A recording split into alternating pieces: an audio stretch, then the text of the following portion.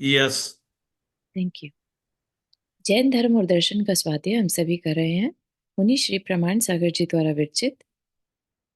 मंगलम भगवान वीरो मंगलम गौतमो गणी मंगलम कुंद कुंदाद्यो जैन धर्मोस्तु मंगलम।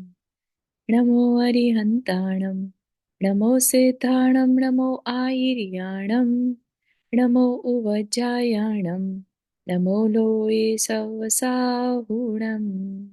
पंच परमेष्ठी भगवान की जय। अगले 45 मिनट के लिए सभी प्रकार के पापों का त्याग करके सभी नाव पाठ उपकार मंत्र पढ़ ले।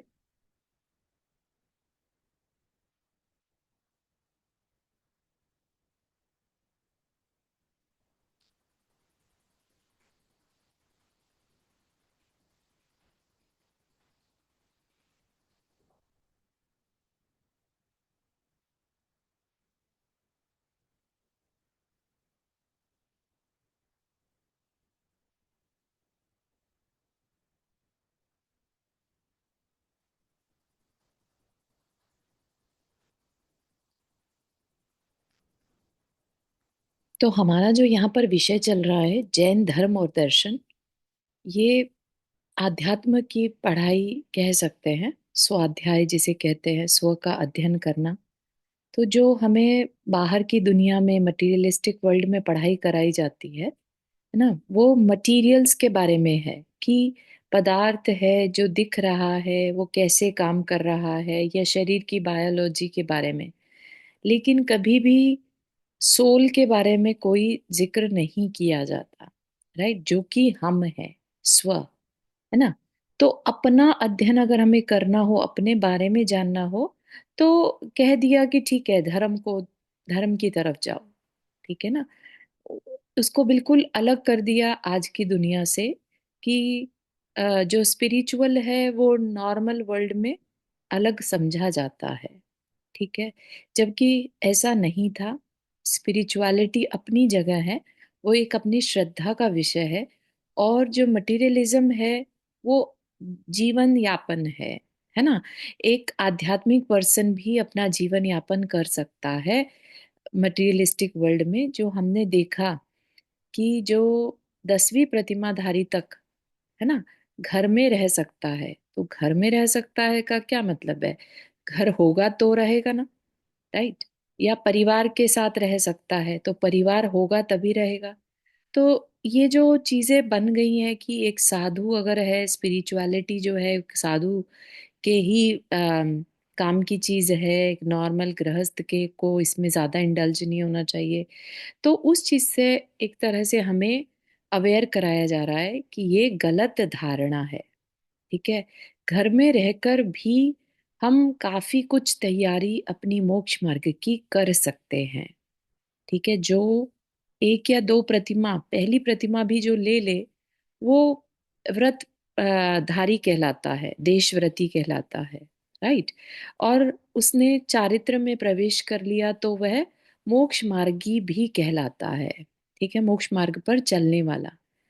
तो इतना सब होने के बाद भी हम ये सोचे कि वो तो साधु का ही काम है सिर्फ मोक्ष मार्ग पर चलना, तो वो ठीक बात नहीं है ना। उसी के लिए हमारी एक ब्रॉडर विजन यहाँ पर हमें दिया गया कि जो धर्म है वो भले ही बुक्स की बातें लगती हैं, लेकिन वास्तविक धर्म क्या है? जो हमारा स्वभाव है, उस स्वभाव को कैसे पाना, उसकी चर्चा हमें शास्त्रों से मिलती है। ठीक है। तो उसी के लिए दो रास्ते बता दिए थे, एक श्रावक धर्म और एक मुनि धर्म। श्रावक में 11 प्रतिमाधारी तक श्रावक है, उसके बाद जो भी है वो मुनि धर्म में आ जाता है। तो मुनि धर्म में क्या क्या आता है? तो सबसे पहले बता दिया 28 मूल गुणों के बारे में। ठीक है। तो उन 28 मूल गुणों की हमने चर्चा की थी। और उसी का एक पॉइंट जो उसमें आता है, नग्नता। राइट। तो उसकी थोड़ी सी एक्स्ट्रा इंफॉर्मेशन यहाँ पर दी जा रही है कि नग्न होना क्या जरूरी है ना। ये क्वेश्चन उठ सकता है, तो क्लैरिटी रहनी चाहिए। तो उसके बारे में कहा कि नग्नता अशिष्टता नहीं। एक तो होता ना कि कोई मेंटली डिस्टर्ब हो जाए और अपने कपड़े उतारने लग जाए, तो वो अशिष्ट कहलाएगा। ठीक है। लेकिन यहाँ पर जो साधु की नग्नता है उसको अशिष्ट नहीं कहा। क्यों नहीं कहा? तो कहा उसके पीछे बहुत बड़ा कारण है। ठीक है ना? भले ही आज की दुनिया आज क्योंकि वो लोग रियल धर्म भी नहीं समझते हैं, तो उसके पीछे का लॉजिक समझना तो बहुत दूर की बात है। ये बहुत माइन्यूट लेवल पर जाकर जो है दिगंबरत्व को यहाँ पर बताया जा रहा है। ठीक। तो जैन मुनि किसी प्रकार का वस्त्र आवरण अपने शरीर पर नहीं डालते। वे दिशाओं को ही अपना वस्त्र बना नग्न दिगंबर रूप धारण करते हैं। कुछ लोग उनकी इस नग्नता को अशिष्टता एवं असभ्यता मानते हैं, लेकिन नग्नता अशिष्टता नहीं है। यह तो मनुष्य की आदर्श स्थिति है। मनुष्य का प्राकृतिक रूप ही दिगंबर है। प्राकृतिक रूप मतलब जब बच्चा पैदा होता है तो दिगंबर अवस्था है। राइट। प्रकृति में अगर हम देखें तो कोई भी जानवर कभी कोई कपड़ा नहीं पहनता। पेट को पहनाने लगे कोई जबरदस्ती तो अलग बात है कि वो क्यूट लग रहा है, अच्छा लग रहा है, इसलिए पहनाने लगते हैं। राइट। अदरवाइज प्रकृति में वस्त्र का कोई प्रावधान नहीं है। मनुष्य मान धारण करने वाला है, उसमें लज्जा है। राइट। तो वो जो वस्त्र है वो क्या है? विकारों को ढांकने का साधन है। ठीक है, विकार हो सकते हैं। और जब हमने चार संज्ञाओं की बात की, आहार, भय, परिग्रह और मैथुन। राइट। तो ये क्या है? एक नेचुरल इंस्टिंक्ट है, जानवरों में चल जाता है, उसमें कोई उनकी कम्युनिटी नहीं है, कोई उसमें रिस्ट्रिक्शन नहीं है। राइट। लेकिन मनुष्य में एक कम्युनिटी की व्यवस्था है।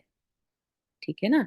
तो उस कम्युनिटी को, ऐसा नहीं है कि कम्युनिटी आज से, जब तीसरा काल था तो लोगों की मंदकशाई थी।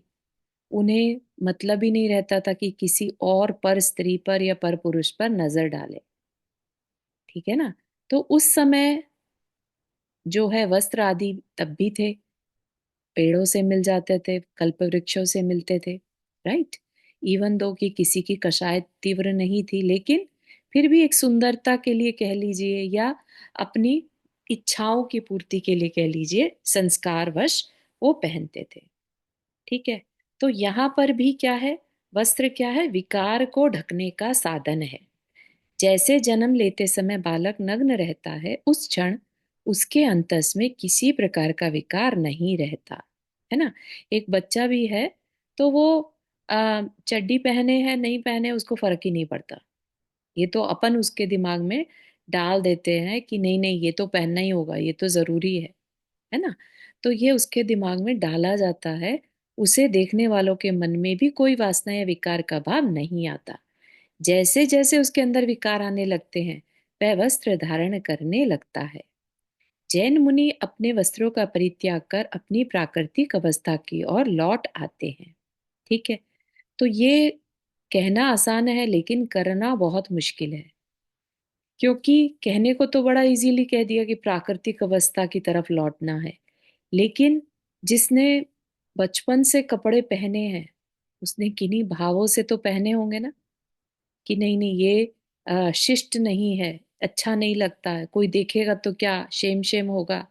खूब बच्चों के दिमाग में डाला जाता है और सही भी है, क्योंकि मिसयूज करने वाले चारों तरफ ज्यादा हैं। राइट।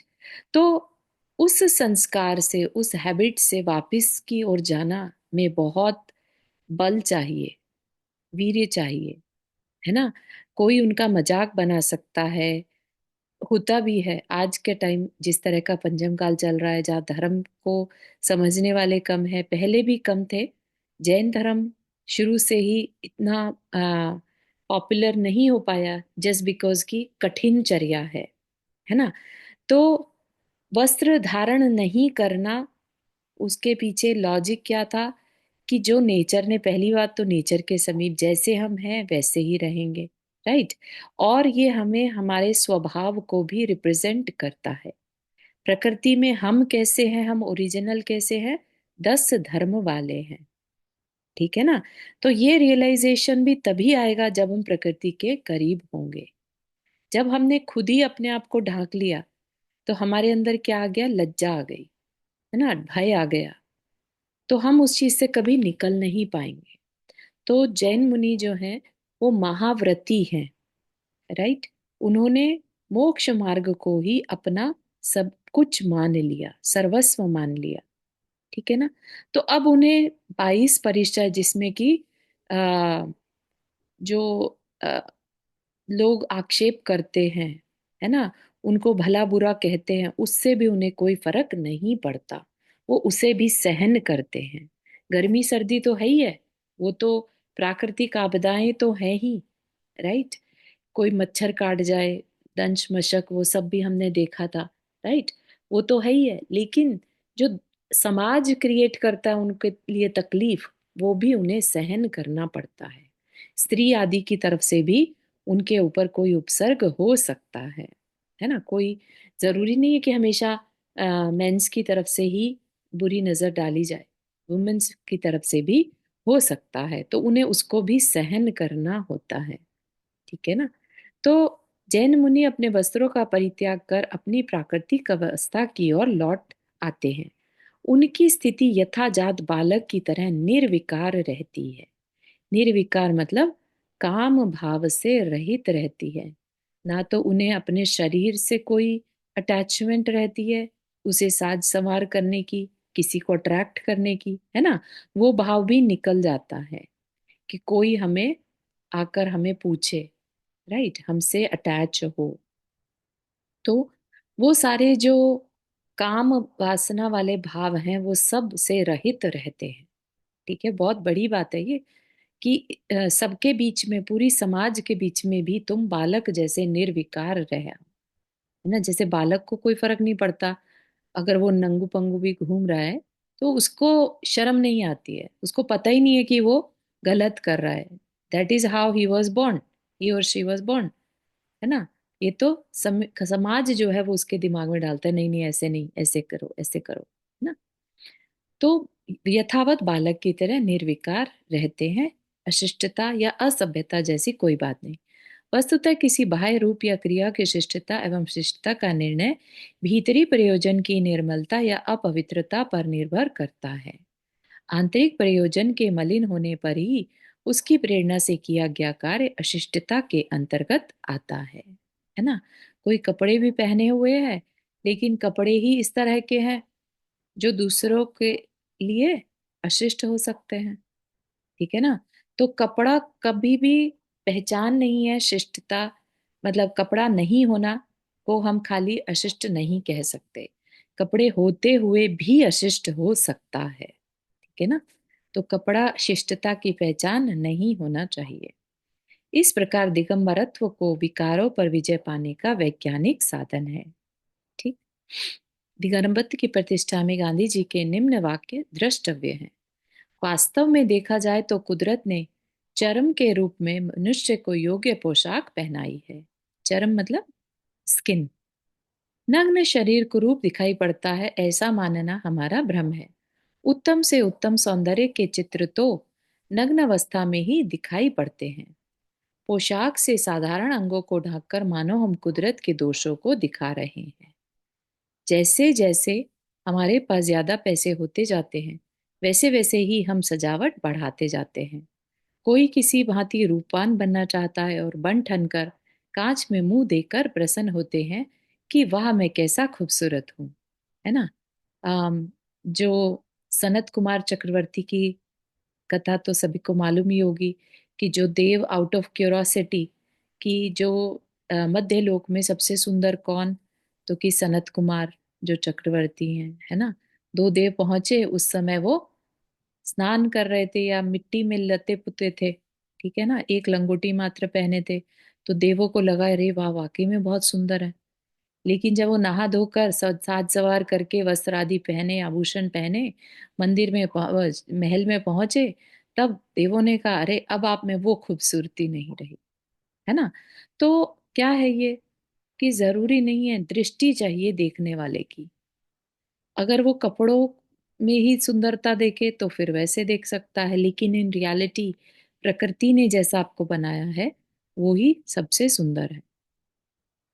बहुत दिनों से ऐसे अभ्यास के कारण हमारी दृष्टि खराब ना हो गई हो, तो हम तुरंत ही देख सकेंगे कि मनुष्य का उत्तम से उत्तम रूप उसकी नग्न अवस्था में ही है और उसी में उसका आरोग्य है। जो जितने ज्यादा वस्त्र पहने रहता है उतना बीमारी का घर बनता है। इसलिए बोलते हैं ना, विटामिन डी के लिए थोड़ी देर शरीर पर धूप लगने दो, है ना। विदेशी विद्वान श्रीमती स्टीवेंसन अपनी पुस्तक द हार्ट ऑफ जैनिज्म के पृष्ठ क्रमांक 35 में दिगंबरत्व को निश्चिंतता का साधन बताते हुए लिखती हैं, वस्त्रों से विमुक्त रहने के कारण मनुष्य के पास अन्य चिंताएं नहीं रहती। उसे कपड़े धोने के लिए पानी की भी जरूरत नहीं। निर्ग्रंथ लोगों ने, दिगंबर जैन मुनियों ने पाप पुण्य भले बुरे का भेदभाव मिटा दिया। वे भला अपनी नग्नता को छुपाने के लिए वस्त्रों को क्यों धारण करें, है ना। नग्नता उनके मन में विकार है ही नहीं, तो वो उसको छुपाने की कोशिश भी क्यों करे। जो कोशिश कर रहा है इसका मतलब उसके मन में कहीं ना कहीं विकार है, वो इसे अच्छा या बुरा समझता है ना। इतिहासातीत काल में आज तक दिगंबर जैन साधुओं का प्रतिष्ठा पूर्वक विहार होता रहा है। यहाँ तक कि मुगल काल में भी जैन मुनियों ने सम्मान पूर्वक विहार कर अपने अमृत उपदेश में से इस धरावासियों को उपकृत किया है। प्रोफेसर आयंगर ने लिखा है कि जैन आचार्य अपनी चारित्र सिद्धियों एवं ज्ञान के कारण अलाउद्दीन और औरंगजेब जैसे बादशाहों में भी वंदित थे। औरंगजेब के समय में भारत आने वाले डॉक्टर विनियर ने लिखा कि मुझे बहुधा देसी रियासतों में दिगंबर मुनियों का समुदाय मिलता था। मैंने उन्हें बड़े शहरों में पूर्ण रूप से नग्न विहार करते हुए देखा है तथा उनकी और स्त्रियों तथा लड़कियों को बिना किसी विकार युक्त दृष्टिपात करते हुए भी देखा है। उन महिलाओं के अंतःकरण में वे ही भाव होते थे जो सड़क पर जाते हुए किसी साधु के देखने पर होते हैं। महिलाएं भक्ति पूर्वक उनको बहुधा आहार कराती थी, है ना। इसका एग्जाम्पल तो अपन खुद फील कर सकते हैं उस चीज को। जब हम किसी दिगंबर मुनि को देखते हैं तो हमारे अंदर सिर्फ और सिर्फ श्रद्धा के भाव आते हैं। कहीं से भी उनके तरफ दृष्टि में देखते हुए कहीं विकार नहीं रहता, है ना। सिर्फ बहुमान रहता है और ये रहता है कि कितने मतलब इनकी चर्या कितनी उत्कृष्ट है ना। तो ये क्या है, ये उनकी निर्विकारी अवस्था का ही परिणाम है कि सामने वाले के मन में भी विकार नहीं आता, ठीक है ना। इतना ही नहीं, उस काल में जैन मुनियों का सबसे अधिक सम्मान था। वे सर्वत्र आ जा सकते थे। इस बात को बताते हुए एक अन्य विद्वान मैक क्रिंडल ने लिखते हैं, दिगंबर विहार करने वाले ये जैन मुनि कष्टों की परवाह नहीं करते थे। वे सबसे अधिक सम्मान की दृष्टि से देखे जाते थे। प्रत्येक धनी व्यक्ति का घर उनके लिए उन्मुक्त था, यहाँ तक कि वे अंतःपुर में भी जा सकते थे। अम, जो स्वामी सुमंतभद्र स्वामी हुए, है ना, जिनका रत्नकरण श्रावकाचार हम सब पढ़ते हैं, और स्वयंभू स्तोत्र है उनका रचित किया हुआ, है ना। और भी अ, स्तुति विद्या है और आप्त मीमांसा, है ना। तो उनके उनकी जो कहानी अगर हम देखें तो उनको भस्मक व्याधि रोग हो गया था और उनकी भूख नहीं मिटती थी किसी भी तरह से। जो खाते थे वो भस्म सा हो जाता था, है ना। तो उन्होंने समाधि लेने की सोची तो उनको गुरु ने मना कर दिया कि नहीं, पहले तुम इस बीमारी को ठीक करो, अभी तुम्हारे द्वारा बहुत लोगों का कल्याण होना है। तो उनको जब एक टाइम में भूख नहीं मिटती थी, है ना, तो उन्होंने कपड़े पहनकर जो है भोजन इकट्ठा करना शुरू किया, है ना। और फिर जब वो खाते थे, ग्रहण करते थे, तो वो फिर से अपने वस्त्र उतार देते थे, तो आप सोचिए कि एक रत मतलब समंत भद्र आचार्य जैसे स्वामी जो है हुए, उन्होंने भी कितनी भी बीमारी हो गई उसके बाद वापस से अपनी दीक्षा में स्थित हो गए और अपना दिगंबरत्व को नहीं छोड़ा। कहने का तात्पर्य यह है कि इतने उत्कृष्ट साधना वाले जो आचार्य हुए, है ना, चाहते तो छोड़ सकते थे। अगर उन्हें ये लगता कि नहीं, इसके बिना भी काम चल सकता है, इसके बिना भी मोक्ष मार्ग हो सकता है, तो छोड़ देते। लेकिन नहीं, उन्होंने वापस से अपनी दीक्षा में स्थित होकर दिगंबरत्व को फिर से धारण किया और फिर बहुत बड़े आचार्य कहलाए, है ना। यहाँ पर यह विशेष ध्यान देने योग्य है कि शरीर का दिगंबरत्व स्वयं साध्य नहीं, साधन है। दिगंबरत्व क्या है? साधन है, साध्य नहीं है। कोई दिगंबर बन गया तो इसका मतलब ये नहीं है कि उसने अपना गोल अचीव कर लिया। दिगंबर होना सिर्फ एक साधन है, टूल है ना, अपने विकारों को जीतना, अपनी कषायों को जीतना। ठीक है ना। दिगंबरत्व के बिना मोक्ष की उपलब्धि नहीं होती। इस बात को बताते हुए आचार्य कुंद कुंद स्वामी ने जहां एक और कहा कि, क्या कहा नीचे हिंदी में पढ़ लेते हैं, दिगंबर रूप ही मोक्ष मार्ग है, शेष सब उन मार्ग है। इसका कारण है, इसमें अन्यथा नहीं लेना कि ऐसा कहा। क्या कहते हैं कि जो मोक्ष है वो दिगंबर मुद्रा के द्वारा ही पॉसिबल है। ठीक है। उसका कारण क्या है कि अगर हमारे पास वस्त्र है तो हमारे अंदर कहीं ना कहीं विकार है, और कुछ नहीं तो लज्जा का विकार है। ठीक है ना। लज्जा क्या है? एक तरह का भय ही है। ठीक है ना। तो और दूसरा फिर कि एक कपड़ा तो जिंदगी भर नहीं चल सकता, दूसरे के लिए दूसरे को डिपेंडेंट होना पड़ेगा। तो तुम्हारा स्वतंत्रता तो चली गई ना, तुम डिपेंडेंट हो गए, है ना। तो इसलिए जो दिगंबरत्व से ही मोक्ष मार्ग है, तो इसमें रीजन है, लॉजिक है। ठीक है ना। तन नग्न होने के साथ साथ मन का नग्न होना भी आत्म साधना के लिए अनिवार्य है। यदि शरीर की नग्नता साधन न होकर स्वयं साध्य होती तो जन्म से ही दिगंबर रहने वाले पशु पक्षी आदि सभी प्राणियों को कभी की मुक्ति मिल गई होती। ठीक है ना। तो इसलिए क्लियर कर दिया कि दिगंबरत्व साध नहीं है, साधन, इसको साधना नहीं है, ये तो साधन है। इस प्रकार 28 मूल गुणों का सम्यक रूप से पालन करने वाले साधक ही आदर्श जैन मुनि कहलाते हैं। इसके बिना शरीर मात्र से नग्न स्वच्छंद आचरण करने वाले किसी अन्य नामधारी साधु को जैन मुनि नहीं माना जा सकता, है ना।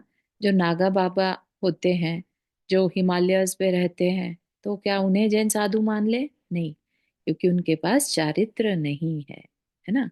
उन्होंने तो सिर्फ एक बाल तप कर रहे हैं। ठीक है ना। वो अपनी आत्मा को नहीं जानते। ठीक। उक्त 28 मूल गुण ऐसे व्यवस्थित एवं वैज्ञानिक नियम हैं जो एक व्यक्ति को सच्चा साधु बना देते हैं। ये नियम ही दिगंबर जैन परंपरा को बांधे हुए हैं। यदि उक्त वैज्ञानिक नियम प्रवाह जैन धर्म में न होता तो अन्य साधुओं की तरह दिगंबर जैन साधुओं की में भी बहुत सी विकृतियां आ गई होती या उनके दर्शन दुर्लभ हो जाते।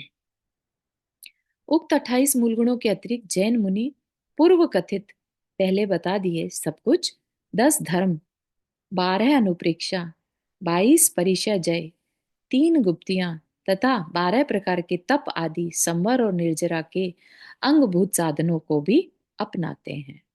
ठीक है। तो सिर्फ 28 मूल गुण का ही पालन नहीं करते, बाकी सब भी वो साथ में लेकर चलते हैं। साधु के भेद। जैन मुनियों के अलग अलग कर्तव्यों की अपेक्षा बता रहे हैं। 28 मूल गुण तो होंगे ही होंगे, आचार्य में भी, उपाध्याय में भी और साधु में भी, लेकिन कर्तव्य अलग अलग हैं। ठीक है। उसके अनुरूप क्या कहा? आचार्य, आचार्य सर्वोच्च पद होता है। वे मुनि धर्म संबंधी आचरण का स्वयं पालन करते हैं और कराते हैं। वे धर्म उपदेश देकर मुक्षुओं का संग्रह करते हैं, उनकी शिक्षा दीक्षा पूर्ण कराकर उनका अनुग्रह करते हैं। ठीक है। उनको पढ़ाते भी हैं और उनकी दीक्षा भी। ठीक। इसलिए वो गुरु कहलाते हैं। वे मुनि संघ के नायक होते हैं। उपाध्याय आचार्यों से कम होते हैं, है ना। उनका एक काम दीक्षा देना नहीं रहता, लेकिन पढ़ाना, ठीक है ना, शिक्षा का कार्य करते हैं। साधु जो सिर्फ अपनी साधना में, ज्ञान साधना में लगे हैं, तप में लीन रहते हैं, वे साधु कहलाते हैं। इस प्रकार जैन मुनि स्व व पर का हित करते हुए साधनारत रहते हैं तथा जीवन के अंत में संलेखना पूर्वक देह उत्सर्ग करते हैं। ठीक है ना। आप में से ऐसा कोई है जिसने कभी जय दिगंबर साधु ना देखे हो? सबने कभी ना कभी देखे हैं या फोटो में देखे हो। मैंने देखे हैं जी। हाँ मतलब जिसने नहीं देखे। ओके। हाँ हाँ। हमने कई बार आहार भी दिया है, हाँ। Very nice, very. बहुत बहुत अनमोल ना। इंडिया में तो मेरे घर में आहार लेने में मिनिमम जाए, हम्म। 3-4 मिनिमम जाए। ओ बहुत बढ़िया, बहुत अच्छा, बहुत बहुत अनमोल ना। तो लुक्स लाइक सभी ने दर्शन किए हैं, है ना। तो बहुत अच्छी बात है कि हम ऐसे समय में हैं जहाँ आज भी पंचम काल के ऐसे दौर में जहाँ इतनी विकृति आ गई है, हमें आज भी जैन मुनियों का साथ मिलता है ना। तो इस चीज का हमें बहुमान अंदर में होना चाहिए। आरिका माता जी क्या है, पुरुषों की तरह स्त्रियां भी, उनको भी कल्याण का हक है ना। लेकिन एक ही उनके साथ लिमिटेशन है कि जो सामाजिक व्यवस्था है कह लीजिए, या पर्यायगत मर्यादा के कारण आरिकाएं मुनियों की तरह निर्वस्त्र नहीं रहती, अपितु शरीर पर एक सफेद साड़ी धारण करती हैं। उसी तरह मुनियों की भांति खड़े होकर आहार करने की अपेक्षा बैठकर ही अपनी अंजलि पुटों में आहार ग्रहण करती हैं। आरिकाएं दो तीन आदि अरिकाओं के समूह में रहती हैं। इनकी प्रधान गणनी कहलाती है। इनके निर्देशन में ये अपने संयम का अनुपालन करती हैं। इनके महाव्रतों को औपचारिक महाव्रत कहा जाता है, उपचार से। ठीक है। उपचार का मतलब किसी अपेक्षा से। ठीक है। एकदम क्लियर कट नहीं कह सकते, क्योंकि वस्त्र धारण है। ठीक है। कहीं ना कहीं अंदर में भय है। ठीक है ना। आरिकाएं क्षुल्लक एलक और से उच्च श्रेणी की मानी गई है। ठीक है। तो यहाँ पर हमारा आज मुनि धर्म भी कंप्लीट हो गया। लेकिन सल्लेखना के बिना, चाहे वो श्रावक हो चाहे वो मुनि हो, अधूरा है। कोई भी मुनि, कोई भी श्रावक मरण समय अगर संलेखना धारण ना करे तो कहना मुश्किल है कि उसका मोक्ष मार्ग निकट है। ठीक है ना। व्यर्थ तो कुछ नहीं जाता, लेकिन संलेखना जो है एक तरह से जैसे मंदिर के ऊपर कलश रख देते हैं, स्वर्ण कलश, ऐसे ही संलेखना किसी भी जीवन का उत्कृष्ट अंत है। ठीक है ना। और नियम से जो संलेखना पूर्वक मरण करता है, वो मैक्सिमम 7-8 भव और मिनिमम 3-4 भव में मोक्ष जाता ही जाता है। इतनी बड़ी उपलब्धि है संलेखना। तो उसके बारे में अपन थोड़ा जानकारी लेंगे। ठीक। संलेखना का उद्देश्य, सूरज और चांद के उदय और अस्त होने की तरह जन्म और मृत्यु प्रकृति के शाश्वत नियम। ठीक है। ये हम सब मानते हैं। जन्म भी किसी के हाथ में नहीं है और मृत्यु भी किसी के हाथ में नहीं है, शाश्वत नियम है। जन्म लेने वाले का मरण सुनिश्चित है। जिस दिन जन्म ले लिया जाता है उसी दिन मरण भी निश्चित हो जाता है। Exceptions are always there. जिनका काल मरण है वो अलग बात है, लेकिन जन्म लेने के साथ ही मरण निश्चित हो जाता है। संसार में कोई व्यक्ति अमर नहीं है, प्रत्येक व्यक्ति को मरना पड़ता है। इस मृत्यु से अपरिचय और वर्तमान जीवन के प्रति व्यामोह रहने के कारण व्यक्ति उसके नाम से ही डरते हैं। ठीक है ना। मृत्यु से फॉर सम रीजन सबको डर लगता है। अब या तो ये कह लीजिए कि सबके अंदर मोह इतना है, परिवार से छूट के हम कहाँ जाएंगे, है ना। हमें लगता है कि हम मरने के बाद भी इस परिवार के बिना कैसे जाएंगे, या हमारा मरण होगा तो हम कहाँ चले जाएंगे, है ना। सभी का कोई ना कोई कारण है मरण से भय का। राइट। कोई सोचे कि अरे हम नहीं डरते मरण से। राइट। हाँ नंदा जी, आपने हाथ रेस किया। चारू जी, जय जिनेन्द्र। जय। यहाँ पर हमको डराया भी तो गया है कि तुम नरक में चले जाओगे, तुम जानवर बन जाओगे, और हर जन्म में इतनी पीड़ा है, तो इसलिए मोक्ष की कामना करो। इसलिए डर लगता है कि अभी तो जैसे तैसे चल रही है, चलती रहे। मतलब डर तो है ही, इसमें कोई आश्चर्य की क्या बात है। नहीं देखिए, शास्त्र में जो भय दिखाया गया है वो मृत्यु का नहीं है। मृत्यु के बाद जो पर्याय जीवन। होगी, अगर लेट से आप बहुत अच्छे से जीवन जी रहे हैं, ठीक है ना, स्पेशली जब हम सम्यक दर्शन की बात करते हैं ना, तो सम्यक दृष्टि को मरण भय नहीं रहता, क्योंकि उसे पता है, देखो सम्यक दर्शन के बाद देव पर्याय मिलनी है। ठीक है। और ना भी मिले, उसको नहीं मालूम उसका सम्यक दर्शन है कि नहीं है। हाँ, शुरू में तो किसी को कुछ भी नहीं मालूम, मालूम अभी है ना। हमें भी नहीं कुछ मालूम। That is okay. लेकिन क्योंकि उसकी कषाय मंद हो चुकी है, उसके अंदर वो तीव्रता नहीं रही, उसके अंदर दूसरों के प्रति अनुकंपा के भाव हैं, दान के, करुणा के भाव हैं, अपनी चीजों को देने के भाव हैं, अटैचमेंट उस लेवल की नहीं रही, आसक्ति उस लेवल की नहीं रही। उसे पता है कि वो कौन है ना। तो अगर वो ये शरीर छोड़ता भी है, छूटता भी है मृत्यु के नाम पर, तो उसको उतना भय नहीं रहता जो एक नॉर्मल पर्सन को रहता है, जो शरीर को ही खुद समझे हुए है कि ये मैं हूं, है ना। शरीर छूटेगा ऐसा नहीं सोचता वो, है ना। मैं मर गया, राइट। जबकि अपने को क्या मालूम है, ये शरीर छूट जाएगा तो हम कहीं और चले जाएंगे। ठीक है ना।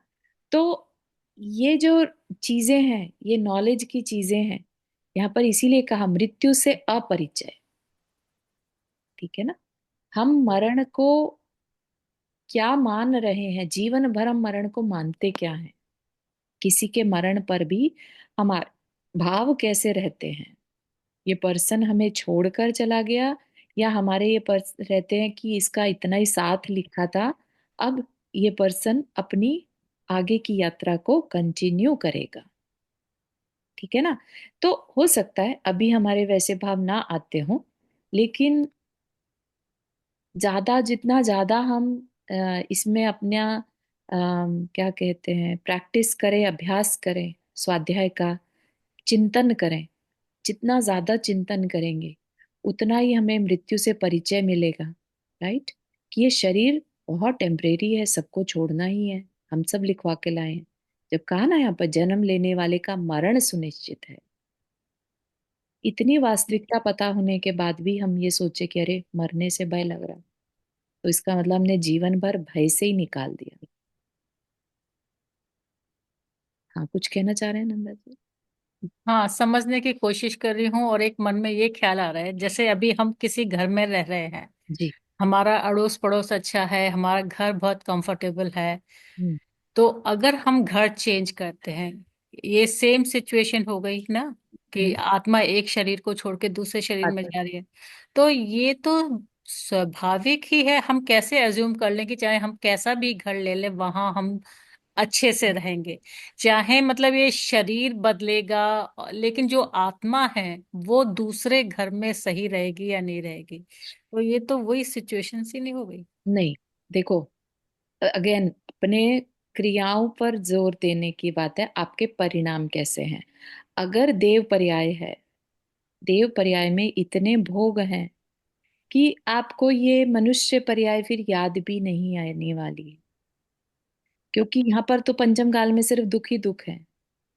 अपन मान नहीं रहे उनको दुख, अपन मान रहे कि अपन इस घर में कंफर्टेबल हैं, हमने बहुत कंफर्ट इकट्ठे कर लिए हैं। लेकिन क्या आपने वास्तविक कंफर्ट को देखा है?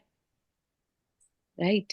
जो देवों के पास कंफर्ट है, अगर वो इतने ही मनुष्यों के, हमारे आजकल के जो मनुष्य हैं, उनके कंफर्ट इतने ही अच्छे होते तो देव यहाँ पर आकर रहना चाहते ना। लेकिन आते तो हैं ये व्यंतरवासी और जो। अंतरवासी आते हैं आउट ऑफ क्यूरोसिटी। ठीक है। वो रहने नहीं आते कि हम यहाँ रह जाएं, ये हमारा घर है। ठीक है ना। वो अपनी क्रीड़ा का स्थान बनाते हैं इसको, कुतूहल।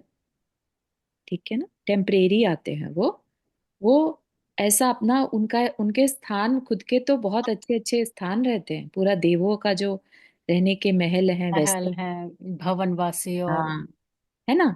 तो बिल्कुल भी मान के चलिए, आप ये सोचिए, आप एक बहुत पुरानी कार है, राइट, और अगर आपको कल को कोई लंबरगिनी या फरारी दे, तो क्या आपको वो कार, पुरानी कार याद आएगी? हो सकता है कभी कभार आ जाए, बहुत ही हाँ, भूले। आते हैं, क्योंकि एक आ आपका सकती है, सेट हो जाता है ना उसमें, आ पुरानी कार सकती है, में माना। भी। लेकिन आप क्या उसको छोड़कर अच्छी कार की तरफ नहीं जाना चाहेंगे? अगर मैं सही बताऊं तो मुझे कोई चाह नहीं है, अगर मेरी पुरानी गाड़ी चल रही है तो वो सही है। मुझे नहीं है चाह, तो मैं क्या कहूँ? मतलब ये मेरा मतलब कम वो है, इच्छा है या? मैंडेटोरी, लेट्स से मैंडेटोरी है, आपको जाना ही है, लेना ही पड़ेगा। हाँ, ठीक। लेना पड़ेगा, या मतलब कुछ रिस्ट्रिक्शन है? अभी सपोज हमारे ऊपर आ जाए कि आपको इलेक्ट्रिक कार लेनी ही है, तो हम्म, वो भी लेंगे हम। लेकिन अगर कोई कहे चाहा है तुमको फरारी की, नहीं है मुझे नहीं चाह। माना चाह नहीं है, ठीक है, लेकिन आपको फरारी मिल गई और उसमें बहुत कंफर्टेबल है आप, बहुत इंजॉय कर रहे हैं आप। मुझे एंजॉय नहीं आता है नहीं उसमें। नहीं नहीं सही नहीं, बताऊं। मान लीजिए, मान लीजिए, आपको अभी की सिचुएशन में नहीं कह रहे, क्योंकि सब कुछ ही मानने को कहा जा रहा है, राइट? तो मान लीजिए आपको बहुत इंजॉय हो रहा है वहां पर, ठीक है ना? तो कहने का तात्पर्य यह है कि जब हम अपग्रेड करते हैं कोई भी चीज को, कभी भी लाइफ में, तो ये हमारी टेंडेंसी है कि हम पिछले को, अगर अपग्रेड है ना तो हम उतना ज्यादा मैटर नहीं करते, जब हम डाउनग्रेड होते हैं तो हमें वो अपने पहले के कंफर्ट ज्यादा प्रॉब्लम डिस्टर्ब कर, बहुत ज्यादा याद आते ठीक है हैं। ना? तो वैसी सिचुएशन सेम यहाँ पर है। जब हम अगर किसी कारण से तिर्यंच या नरक की तरफ जाएंगे तो शायद हमें मृत्यु से डर उतना ज्यादा हो, लेकिन अगर हम एक अच्छे भावों के साथ मरण कर रहे हैं, मंद कषाय के साथ, तो हमें डरने वाली कोई बात नहीं। ऐसे हम कितने पर्याय छोड़ के आ चुके हैं। तो ये अगेन चिंतन का विषय है, ठीक है ना? जितना ज्यादा चिंतन करेंगे, इवन 12 भावनाओं में जब हम अनित्य भावना का चिंतन करते हैं, सब कुछ टेम्परेरी है ना? जब हम देवों की आयु देखें, उसके सामने मनुष्य के हमारे 100 साल तो मतलब 33,000 वर्ष में एक सर्वार सिद्धि का देव सांस लेता है, ठीक है ना? एक बार सांस, एक श्वासोच्छ्वास, ठीक। और हम 16,000, सॉरी, 16,000 समथिंग वर्षों में एक श्वास लेता है। हम 100 वर्ष की आयु में इतना परेशान हो रहे हैं, ठीक है ना? तो जब हमें सारी व्यवस्थाएं समझ में आती हैं, अभी सिर्फ हमें मोह है, ठीक है ना? हम, हमारी अभी अवेयरनेस उतनी नहीं है जितनी होनी चाहिए। उससे जितना जितना ये अवेयरनेस बढ़ती जाएगी, उतना मृत्यु से भय निकलता चला जाएगा, ठीक है ना? मृत्यु जो कि अनिवार्य है, राइट, निश्चित है, होनी ही है, ठीक है ना? जैसे ये तो हमको भी एग्जाम्स। पता है, अनिवार्य है, होनी भी है, कल भी हो सकती है, अभी अभी भी हो सकती है। तो अगर मतलब वैसे तो हम नहीं सोचते रहते हर वक्त कि अरे मर जाएंगे मर जाएंगे। लेकिन अगर कभी ये सोचे, तो हमको तो नहीं मालूम ना कि हम कहाँ जाएंगे। नहीं, कि हमें नहीं मालूम, लेकिन हम अपने डीड्स अच्छे रखें, अपने हाँ, वो परिणाम, अच्छे रख सकते बस, हैं। तो फिर टेंशन नहीं रखने का मतलब, फिर ठीक तो है, हाँ ये हाँ, ठीक है कि टेंशन मत करो, क्योंकि करो ही मत। हाँ, यस। ताता से जीत तो बनी। अपग्रेड फॉर श्योर है, ठीक है। और फिर ये जो चर्चा चल रही है संलेखना की, तो जैसा बताया, 7-8 भव में तो मोक्ष मार्ग, मोक्ष ही पक्का है ना? तो फिर तो बिल्कुल ही सोचने की जरूरत नहीं है, ठीक है ना? उसी अपग्रेड की ही यहाँ पर बात की जा रही है, ठीक है। तो क्या करते हैं अभी हम, क्या करते हैं, हमें मृत्यु से डर लगता है, और हम फिर क्या करते हैं, कैसे बचें उससे, क्या कर लें उसके लिए, है ना? जबकि ये नहीं देखते कि हम जो औषधि खा भी रहे हैं, वो हमें और ज्यादा मरण की तरफ ही ले जा रही हो। हम मन में क्या मान लेते हैं, हम तो दवाई कर रहे हैं तो हम अच्छे से जी रहे हैं, हमने मृत्यु को हटा दिया, है ना? लेकिन जो मृत्यु जिस समय होनी है, वैसी वाले काम अपने आप होते जाते हैं, राइट? बड़ी बड़ी औषधि, चिकित्सा, तंत्र मंत्र आदि का प्रयोग करने के बाद भी कोई बच नहीं सकता। बड़े बड़े महाबली योद्धाओं का बल भी इस काल बलि के सामने निरर्थक सिद्ध होता है। बहुत अच्छी लाइंस हैं वो, जो 12 भावना बड़ी वाली, मंगत राय जी की बड़ी वाली, है ना? जिसमें कहाँ गए चक्री जिन जीता, भरत खंड सारा। तो वो अगर हम गुनगुनाएं तो ये बात बिल्कुल सिद्ध हो जाती है कि जब वो नहीं रहे, इतने बड़े बड़े बलशाली जो थे, हमारी क्या औकात है, राइट? तो इस चीज को हमें चिंतन में लाना चाहिए, ठीक। एक दिन सभी इस काल के गाल में समाकर अपनी जीवन लीला समाप्त कर देते हैं। आत्मा की अमरता और शरीर की नश्वरता को समझने वाला जैन साधक मृत्यु के कारण उपस्थित होने पर भी उनसे घबराता नहीं, अपितु उसके स्वागत में मृत्यु को भी मृत्यु महोत्सव में बदल देता है ना। ये सबसे ब्यूटीफुल पॉइंट है जैन साधना का, ठीक है ना। साधक की ये परीक्षा की घड़ी है, ठीक है ना। कितनी उसने तैयारी की है जीवन भर इस परीक्षा के लिए, है ना। जितना चिंतन ज्यादा किया होगा उतना ही कम वो घबराएगा, क्योंकि मृत्यु से डर लगना नेचुरल है, क्योंकि जन्मों जन्मों से हमने वही किया है, हम मृत्यु से डरते आए हैं। लेकिन क्योंकि साधक को अवेयरनेस आ चुकी है, उसने अपना बदलने का मन बना लिया, अपने आप को दृढ़ कर लिया, है ना। देव शास्त्र गुरु जो कह रहे हैं उसमें दृढ़ता से आगे चल रहा है, ठीक है ना। तो ये उसका, उसने क्या किया, इस मृत्यु को महोत्सव में कन्वर्ट कर दिया। जैसे होता है ना, बारात अगर दरवाजे पर आ जाए तो भ- भले ही अपनी धरोहर को विदा करना है, लेकिन फिर भी बारात का स्वागत करते हैं खुशी खुशी, ठीक है ना। ऐसे ही भले ही ये मृत्यु जो है मेरा इस शरीर को लेने आ रही है, लेकिन फिर भी क्योंकि मेरी आत्मा का कल्याण होने का समय आ गया, ये एक बहुत बड़ा अ, परीक्षा थी की घड़ी है, और मुझे उत्तीर्ण होना है ना। ये बार बार नहीं मिलती। संलेखना की उपलब्धि जो है ये बार बार नहीं मिलती, बहुत ही रेयर, किसी का महाभाग्य उदय आया हो तभी संलेखना की सिचुएशन क्रिएट होती है, ठीक है ना। तो सेम जैसे लड़की को विदा करना है और खुशी खुशी बारात का स्वागत करते हैं, ऐसे ही मृत्यु का भी स्वागत किया जाता है। जिसने मृत्यु का स्वागत करने का मन बना लिया और कर लिया, समझिए उसका मोक्ष बहुत निकट है ना। तो अब यहाँ पर इस समय पर फल पर दृष्टि है, रास्ते में जर्नी में क्या हो रहा है उस पर दृष्टि नहीं है। साधन जो हमारा गोल है, साध्य है, उस पर दृष्टि है कि ये तो मृत्यु तो बहुत बार हो चुकी, फिर से आ गई, कोई नहीं, है ना। जो आज तक नहीं मिला मोक्ष मार्ग, आज तक नहीं हुआ, उस पर दृष्टि रखना, ठीक है ना। तो ये बहुत इम्पोर्टेंट है शांति के साथ रहना इसमें, कि ठीक है, और ये चीज को हम सब समझेंगे, ठीक है ना। इसके लिए और कुछ नहीं तो अपना मन ही अगर हमने बना लिया कि इस जीवन में हमने कुछ हासिल किया हो ना किया हो, है ना, जो उपलब्धि है सब कुछ यहीं छूटना है, साथ में कुछ भी नहीं जाएगा, एक दिन का भी नहीं जाने वाला है। जितना पैसा कमाया कुछ भी साथ नहीं जाने वाला। क्या साथ जाएगा, तो हमारे संलेखना के समय कैसे भाव रहे, है ना। संलेखना करने को मिली कि नहीं मिली, तो ये मैटर करेगा, ठीक है ना। तो ये पैराग्राफ पूरा कर लेते हैं।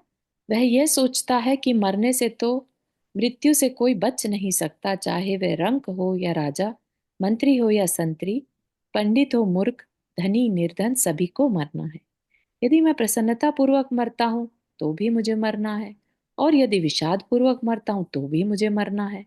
जब सब परिस्थितियों में मरण अनिवार्य और अपरिहार्य है, तो मैं ऐसे क्यों ना मरूं कि मेरा सुमरण हो जाए। इस मरण का ही मरण हो जाए। मरण का मरण हो जाए मतलब, ये बात समझ में आई, मरण का मरण हो जाए कि बार बार मुझे मरना ही ना पड़े। कौन नहीं मरता बार बार, सिद्ध सिद्ध भगवान। है ना। क्योंकि शरीर ही नहीं है, शरीर ही तो मर रहा है ना, आत्मा तो मरती ही नहीं है। शरीर बार बार मर रहा है, शरीर से हमें मोह हो जाता है, मेरा शरीर, है ना। शरीर के आसपास के जो परिवार हैं उनसे मोह हो जाता है, तो इसलिए मरण की तकलीफ होती है, राइट। तो ऐसा कुछ क्यों ना करूं कि मरण का ही मरण हो जाए, यह सोचकर वह संलेखना या समाधि मरण धारण कर लेता है, ठीक है। तो इसी को कंटिन्यू रखेंगे अपन आगे, यहाँ तक के किसी को कुछ पूछना। मेरे को पूछना है। जी हाँ, ठीक। धरो के हम इस संलेखना लेके जाते हैं और हमारे जो कर्म है बुरे, तो वो सब चले जाए कि साथ आए, क्या होगा? अगर हम संलेखना लेते हैं तो बुरे कर्म जो है हमारे साथ जाएंगे कि नहीं, ये पूछ रहे हैं? हाँ, तो हाँ। अगर संलेखना के जाते हैं हम्म। और तो वो सब जल जाते हैं कि साथ आते हैं? हाँ, उनकी निर्जरा हो जाती है। अच्छा। तो लिखना बहुत बड़ी चीज है। जैसे सम्यक दर्शन के समय क्या होता है? सम्यक दर्शन के समय हमारे कर्मों की स्थिति अगर 70 कोड़ा कोड़ी सागर की भी हो बैलेंस में, तो वो रिड्यूस होकर अंत कोटा कोटि हो जाती, 1 करोड़ कोड़ा कोड़ी के अंदर में आ जाती है। ठीक है, इसके क्या है, ये एक तरह से निर्जरा हो गई। राइट, हमने 70 कोड़ा कोड़ी से रिड्यूस करके स्थिति को अंत यानी विद इन 1 कोड़ा कोड़ी कर लिया। ठीक है, इसी तरह से जब हम संलेखना करते हैं तो हमारे अनंतानंत कर्म जो हैं, पूरे कर्म कह लीजिए, कर्म बैलेंस जो हैं, वो या तो वो रिड्यूस हो जाएंगे, उनकी स्थिति रिड्यूस हो जाएगी, या उनका संक्रमण हो जाएगा। बुरे वाले जो हैं वो कन्वर्ट होकर साता में बदल जाएंगे। ठीक है ना? तो बहुत बड़ी व्यवस्था जो है कर्म की उस समय चेंज होती है। संलेखना इसलिए इम्पोर्टेंट, बहुत जरूरी है संलेखना, तो बहुत जरूरी। बहुत इंपॉर्टेंट चीज है ये। हाँ, बहुत इम्पोर्टेंट चीज है है, ना? राइट। कर्म की व्यवस्था को अगर बदलना है, रिड्यूस करना है, तो संलेखना बहुत बहुत इंपॉर्टेंट है। सारा जीवन भर तो हम इकट्ठा करते आए कर्म, संलेखना इज द ओनली टाइम जब हम अपने उन कर्मों को श्रिंक कर सकते हैं। ठीक है ना? तो अभी करते हैं तो नहीं हो जाता है? ऐसा नहीं है कि पहले से कर ले तो चलता है कि उसी टाइम? पहले से देखो, इसके लिए गाइडेंस चाहिए, है ना? इसके लिए यहाँ पर आकर फिर लगता है कि गुरु की जरूरत है। अगर गुरु कह दे कि हाँ संलेखना की तैयारी कर लो, आगे पूरा प्रोसेस बताया जाएगा, इसमें देखेंगे अपन, है ना?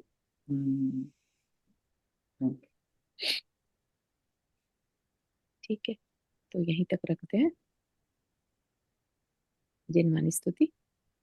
जा वाणी के ज्ञान से सूझे लोकालोक, सो वाणी मस्तक धरो सदा देतु दोक। हे जिनवाणी भारती तो ही जपो दिन रैन, जो तेरा शरणा गए सो पावे सुख चैन। 9 बार नमन करना।